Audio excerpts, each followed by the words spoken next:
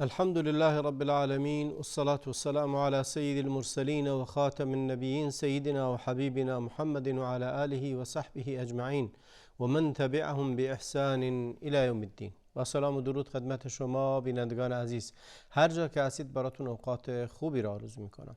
و اما امروز هم داریم در مورد خطاهای رایج دیگری که در دعا هست صحبت میکنیم. هفته گذشته تعدادی از این اشتباهاتی رو که در دعا رخ میده رو گفتیم. امروز هم بخش دیگری از اون رو صحبت خواهیم کرد. و شاید یکی از مهمترین خطاهایی که وجود داره در دعا گفتن و دعا کردن این هست که همه فکر میکنن در دعا باید حتما یک دعایی باشه که به زبان عربی نوشته شده و یک لفظ خاصی نوشته شده و این دعا رو باید بخونی تا به یه نتیجه مطلوبی برسی. خیلی ها هستند که سوال میکنند از این که من بچم خواب نمیخوابه، چه دعایی رو بخونم؟ یا هم با همسرم دعوا دارم، چه دعایی رو بخونم خوب بشه؟ کارام هیچ کدومش درست نمیشه، چه دعایی رو بخونم خوب درست بشه؟ و این نقطه بسیار عجیبی است از این که طرف فکر میکنه باید حتما لفظ معینی وجود داشته باشه به عربی بهش بگی این رو بخونه و اون هم معجزه آسای کاری رو انجام بده، در حالی که دعا عبادت هست و دعا رو انسان باید به زبان خودش از دلش بر بیاد، نه اینکه فکر کنی الفاظ اون دعایی گیرا هست، اون دعایی پذیرفته شدنی است که از ته دل میاد و بیان خواسته تو هست، خودت بدونی چی از خداوند میخوای. خیلی ها لفظ عربی یک دعایی رو حفظ میکنن، نمیدونن چی از خداوند خواستند. خداوند به هر زبانی که اونو بخونی شما را اجابت میکند. خداوند دستور داد، فرمود ادعونی استجب لکم، نفرمود که به زبان عربی دعایی رو حفظ کنید و اون دعای حفظ شده رو بخونید، بلکه مهم معنای اون دعا و مهم حالت شما و حضور قلب شما هست. خیلی موقع هست که بدون یک لفظی رو حفظ میکنه و اما حضور قلب نداره. پس اولین خطای رایج این هست که شما فکر کنید که بعضی از مشکلات ما رو یک دعای مشخصی با یک صیغه مشخصی با یک لفظ مشخصی این داره حل میکنه، و یا فکر کنید که لفظی رو بخونید دیگه بدون اینکه معنیش رو هم بدونید مهمه. نه، باید حتما معنی رو بدونید، باید بدونید از خداوند چه میخواید، معنی اون رو بدونید، حضور قلب داشته باشید، با تضرع و تذلل این رو بخونید. ادعوا ربکم تضرعا و خفیه، باید حتما خداوند رو به حالت تضرع و به حالتی که شما التماس میکنید و از خداوند میخواهید این رو برای شما اجابت کند. خب بهترین دعا این هست که به زبان خودتون بگید و از ته دلتون از خداوند اون چیز رو بخواید. اگه شفای بیماریتون رو میخواید، اگه حل مشکلات اجتماعیتون رو، توفیق در کار و کسبتون میخواید، یا هر موضوع دیگری رو میخواید، این مهم هست که به زبان خودتون از ته دلتون میخواید. خب بعضی از اذکار و تسبیحات هست که میتونه مقدمه خوبی برای طلب دعا باشه. ثنا و مناجات خداوند مقدمه خوبی برای دعا میباشد، ولی باید در دعاتون حضور قلب داشته باشید و خشوع و خضوع و تذلل و تضرع در بارگاه خداوند باشه. مهم این نیست که شما فکر کنید چون در خداوند در قرآن کریم فرموده است مثلا فاستغفر فغفر له، اگه خداوند گفت طلب مغفرت کرده خداوندم بخشیده اون رو، باید حتما کلمه استغفار رو بگید. نه، همون که به عربیش هم نگید، به فارسی بگید، به هر زبون و لهجه‌ای که خودتون دارید از خداوند طلب بخشش کنید، طلب عفو کنید، خداوند شما رو عفو میکنه. نیاز نیست به این که حتما باید یه صیغه‌ای باشه. بله، بعضی از دعاهای مأثوری که از پیامبر اکرم علیه السلام نقل شده، حفظ اونها، گفتن اونها خیلی خوبه، ولی باید حتما معنیش رو بدونید و بعد اون رو بگید، نه اینکه بدون اینکه معنی اون رو بفهمید و فقط الفاظی رو تکرار کنید و خودتونم نمیدونید واقعا چی از خداوند میخواید. پس حضور قلب، معنی حضور قلب اینه که شما حضور اون چیزی هم که از خداوند میخواید رو هم بدونید و حضور قلب بسیار مهمه. و خداوند حدیث پیامبر است، پیامبر اکرم علیه السلام فرمود خداوند دعای کسی رو که از یک قلب لاهی غافل داره دعا میکنه دعاشو نمیپذیره. ان الله لا يقبل الدعاء من قلب لاه غافل، خداوند دعا رو قبول نمیکنه از یک قلبی که غافل و لاهی هست. لاهی یعنی چی؟ یعنی مشغول له و لعبه، مشغول چیزای دیگه است. دست بلند کرده داره دعا میکنه ولی دلش جای دیگه است، از دلش مشغول 1001 چیزی دیگه است، اما به زبان یاد گرفته که مرتب چند تا دعا رو تکرار میکنه بدون اینکه حضور قلب داشته باشد و بدوند چی رو از خداوند میخواهد. خداوند که بازی با کلمات رو نمیکنه، بازی با کلمات رو از شما نمیخواد. اون چیزی که مطلوب هست انسان از ته دل در دعا تذلل و تضرع و خشوع داشته باشه، نه اینکه فقط الفاظی رو حفظ کنه و این رو تو دیوار تکرار کنه و بخونه بدون اینکه بدون چی میخواد و حتی بدون حضور قلب. خیلی مواقع است که ما دعاهایی رو حفظ کردیم، مرتب میخونیم، خودمونم نمیدونیم چی خوندیم، یادمونم نیست مرتبا اون رو هم شاید خوندیم و بقیه چیزهای دیگه هم همچنینه. خیلی مواقع است کسی از ما استغفار رو میگه استغفر الله، ولی در حین حالی که میگه استغفر الله تو دلش 1001 گناه دیگه وجود داره و گناه های مختلفی رو میکنه. یه قصه ای رو نقل میکنن خیلی جالبه. حالا مهم نیست این که این قصه واقعیتش چی بوده، اون شخصی که براش رخ داده کی بوده، مهم این هست که ذات معنایی که در اون قصه وجود داره. میگن یک شخصی بوده، شخص صالحی بوده که میگه یک روزی در خیابون داشتم راه میرفتم، در مسیری داشتم راه میرفتم و تو دلم یک گناهی چیز کرد، یعنی تو دلم یک منظره رو دیدم و دلم لرزید به خاطر اون، یعنی میل داشت، خوشم اومد از اون تو دلم، ولی بعدش فوراً استغفر الله گفتم و توبه کردم، دیگه ادامه ندادم به اون گناه. ظاهرا امکان داره یک زنی رو دیده باشه، یک منظری رو دیده باشه و دلش میل کرده باشه یا خوشش اومده باشه از اینکه این وضعیت رو دیده، اما بعدش هم توبه و استغفار کرده. میگه داشتم میرفتم، یه شطوری بود اونجا، داشتم میرفتن، شطوری دستش بود. میگه این شطور یک لگدی به طرف من انداخت، اگر منو میگرفت، اگر منو میزد بسیار سخت منو دچار مشکل میکرد و مشکل پیدا میکردم. میگه خودم تعجب کردم از این حالت و بعدا دیگه گفتم کار خدا همه چی دلیل داره، حکمت داره. حکمت این که این شطور بدون اینکه من آزاری به او برسونم لگدی رو به طرف من پرت کرد و اگه منو میزد بسیار سخت منو آسیب میرسوند، ولی خب نگرفت.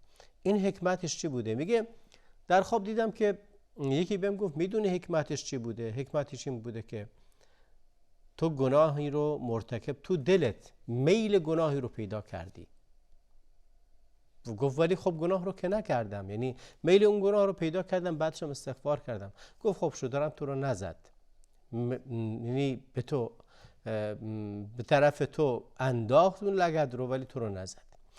همیشه همین جور هست، یعنی ما باید بدونیم که چیزی رو که از خداوند میخواهیم درست بخواهیم و درست دعا کنیم و درست از خداوند طلب مغفرت کنیم تا خداوند ما رو ببخشد. و الا گفتن بعضی از الفاظ از سر بی هنری، از سر بی میلی، از سر هوا یا از سر مشغولیت فقط یا از سر تکرار یک الفاظی رو تکرار کنیم، در واقع داریم خطایی است که خیلی از مسلمان ها به اون مفترا هستن و اون رو تکرار میکنن و خیلی مواقع هم شاید یه لفظ عربی رو غلط حفظ کرده و هی تکرار میکنه، با اون که غلط حفظ کرده اون لفظ غلط رو مرتب تکرار میکنه، خودش هم نمیدونه معنیش چیه و هیچی هم نمیدونه دربارش، فقط یه لفظی رو بهش گفتن این رو بخون، اونم داره این رو میخونه بدون اینکه معنیش رو بفهمه و غلط هم حفظ کرده.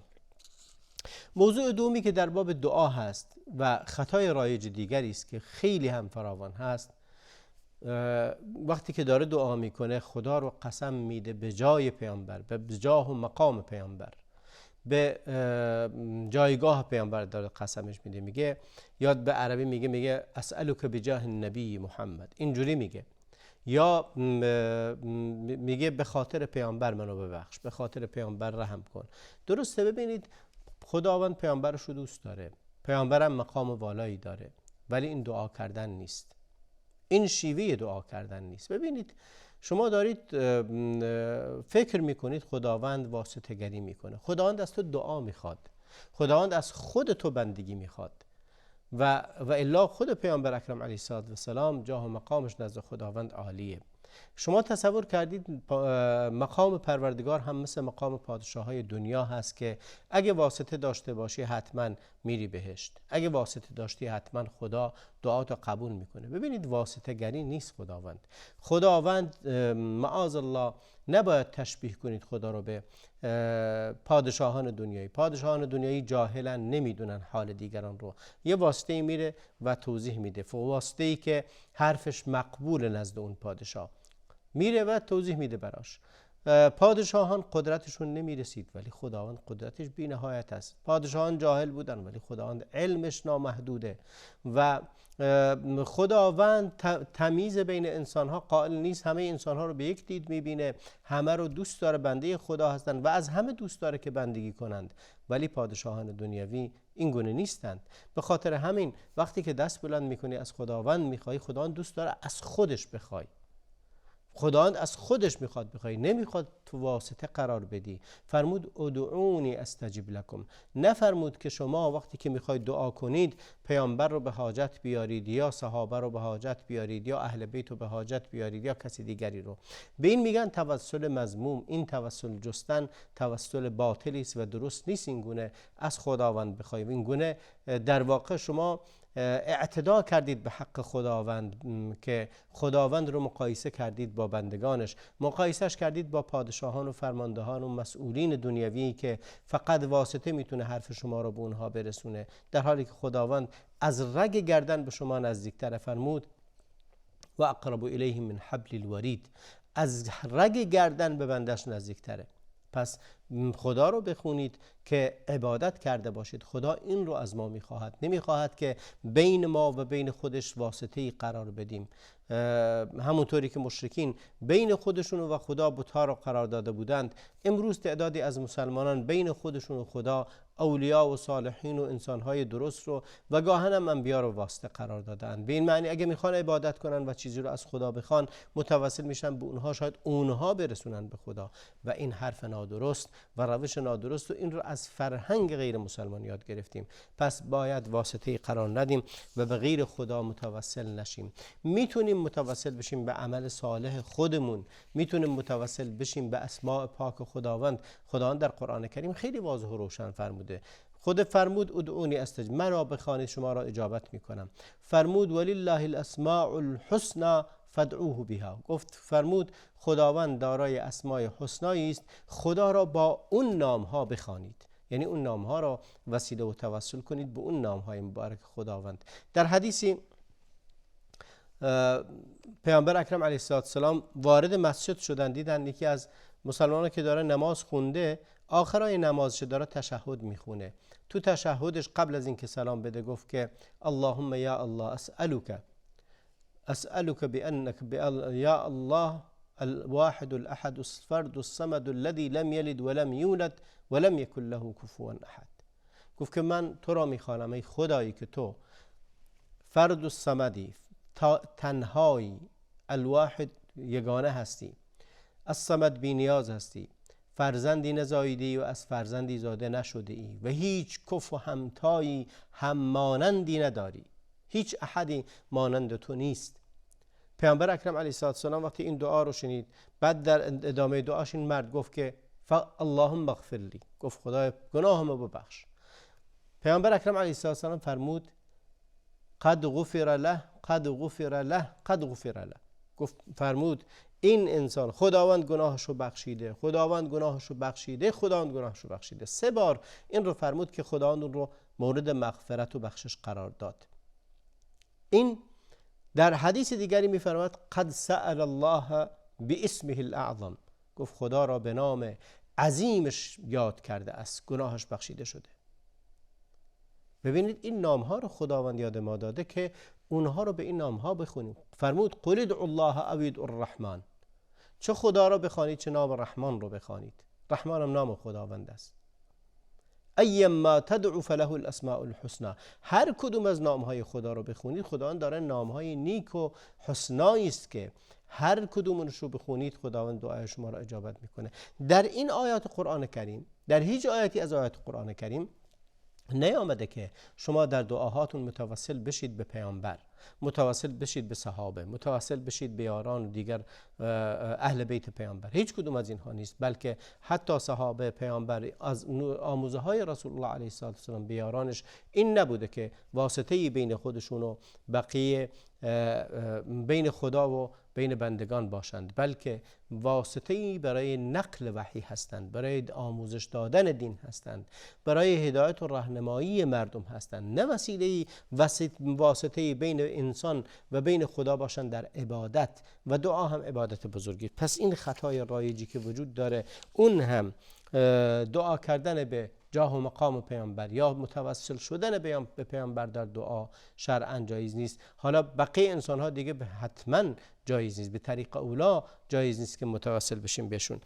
و اما خطای دیگری که وجود داره و خطای رایجی هست در دعا، اعتدا و تجاوز در دعا هست. اونهایی که اعتدا میکنن در دعا، الذین اعتدوا، تعدا کردن، یعنی تجاوز کردن، زیاده روی کردن در دعا، اینها چه کسانی هستند؟ این اعتدای در دعا چگونه هست و چه مضرات و زیانهایی داره که این رو خواهیم گفت و اون رو توضیح خواهم داد. در این برنامه وقت این نیست که این رو الان بگم، ولی در برنامه آینده خواهم گفت که اعتدای در دعا چی هست و چه اثراتی دارد و چه زیانهایی رو به وجود میاره و خلاف شرع هست کجاها و از خطاهای رایجی که مردم مرتکب اون میشوند. به انتهای برنامه امروز رسیدیم. تا برنامه دیگر همه شما را به خدای بزرگ میسپارم و صلی الله و بارک علی نبینا محمد و علی آله و صحبه اجمعین و من تبعهم باحسان الی یوم الدین.